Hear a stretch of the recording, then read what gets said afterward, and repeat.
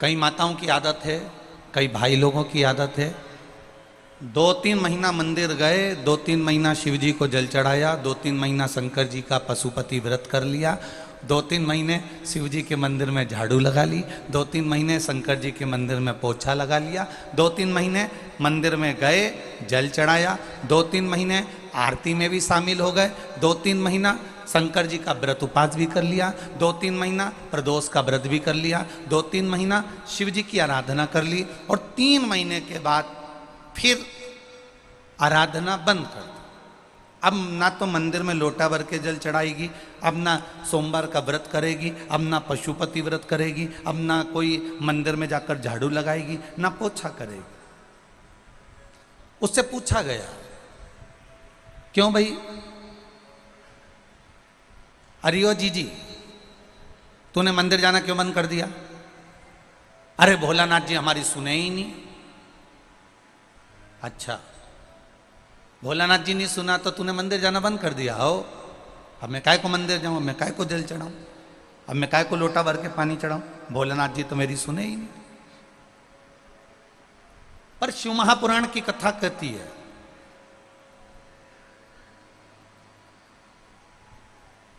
शिव महापुराण का चरित्र कह रहा है, शिव महापुराण की कथा कर रही है।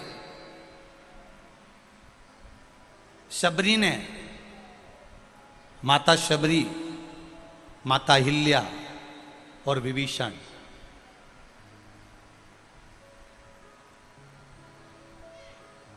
ना तो माता शबरी को मालूम था कि राम आएंगे, ना माता अहिल्या को मालूम था कि राम आएंगे, और ना विभीषण को मालूम था कि राम आएंगे। पर इनके गुरुओं ने इनसे कह दिया था, शबरी मैया को मातंग बाबा ने कह दिया था कि तू रोज झाड़ू लगा, रोज बुआरी लगा, रोज सफाई कर, राम आएंगे।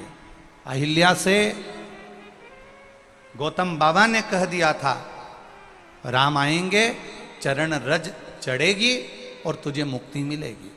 विभीषण ने शिवजी के मुख से सुन लिया था कि राम आएंगे और तुझे दर्शन मिलेगा।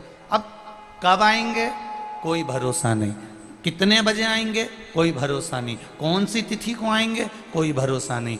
अब सबरी मैया ने भी बाट जोई, इंतजार करा, अहिल्या माता ने भी इंतजार करा, विभीषण ने भी इंतजार करा। रोज माता शबरी झाड़ू लगाती है, बुआरी लगाती है, सेज बिछाती है, रोज माता शबरी बेर तोड़ कर लाती है। प्रतिदिन रोज शबरी बेर लाए, झाड़ू लगाए। अरे शबरी बुआरे रास्ता, आएंगे राम जी, मेरा भी धन्य जीवन बनाए राम जी।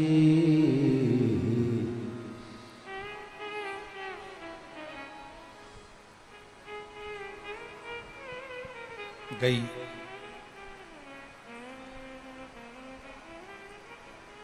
बागों से चुन चुन के शबरी बेर ला रही, अरे खट्टे हो चाहे मीठे हो, खाएंगे राम जी, शबरी सवारे रास्ता, आएंगे राम जी, मेरा भी धन्य जीवन बनाएंगे राम जी। कर रही है रोज प्रतीक्षा। गुरुजी ने कहा था कि तू रोज झाड़ू लगा, रोज पोछा लगा, रोज दरवाजा साफ कर, रोज रंगोली डाल, रोज फूलों की सेज बिछा, कभी तो राम आएंगे। इस व्यासपीठ ने, ये शिव महापुराण ने हर बार आपको एक ही बात किया कि मंदिर में जाओ, झाड़ू लगाओ, पोछा लगाओ, एक लोटा जल चढ़ाओ। व्यासपीठ ये नहीं कर रही है कि तुम 4 महीना करना, कि 3 महीने करना, कि 5 महीने करना, कि 7 महीने करना। तुम उसके दरवाजे जाते रहो, जाते रहो।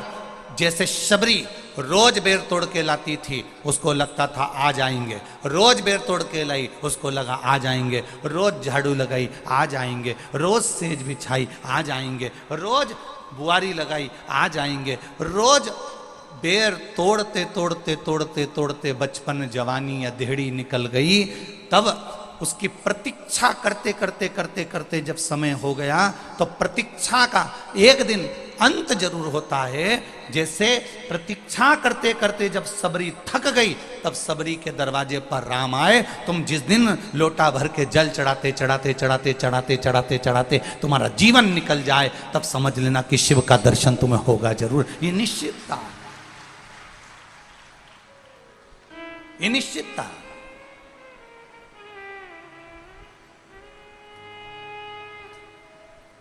अब करो भजन शंकर का।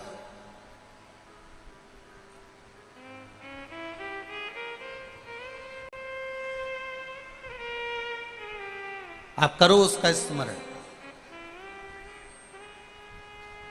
और जब हम शिव भक्ति की ओर अग्रण्य हो जाएंगे, जब शंकर जी की भक्ति की ओर आगे बढ़ जाएंगे, शिव मिल जाएगा। शबरी मैया ने रोज बुआरी लगाई, प्रतीक्षा करते करते करते करते इंतजार करते करते समय बीत गया, राम जरूर आए। अहिल्या माता ने पत्थर के रूप में पड़ी रही, इंतजार करती रही, प्रतीक्षा करती रही, राम के चरण की रज जरूर मिल गई। और विभीषण इंतजार करता रहा, राम आएंगे। शिवजी के मुख से सुना है राम आएंगे, और विभीषण के दरवाजे पर राम पहुंचे। अर्थात शिव महापुराण की कथा कहती है, आपने अगर कोई नियम बनाया है, आपने अगर कोई नियम धारण करा है कि मैं रोज मंदिर जाऊंगी, तो तुम्हारे नियम को एक ना एक दिन पूरा करने के लिए, समापन करने के लिए, उस नियम का उद्यापन करने के लिए मेरा महादेव जरूर तुम्हारे सम्मुख में आकर खड़ा होगा। ये निश्चित था।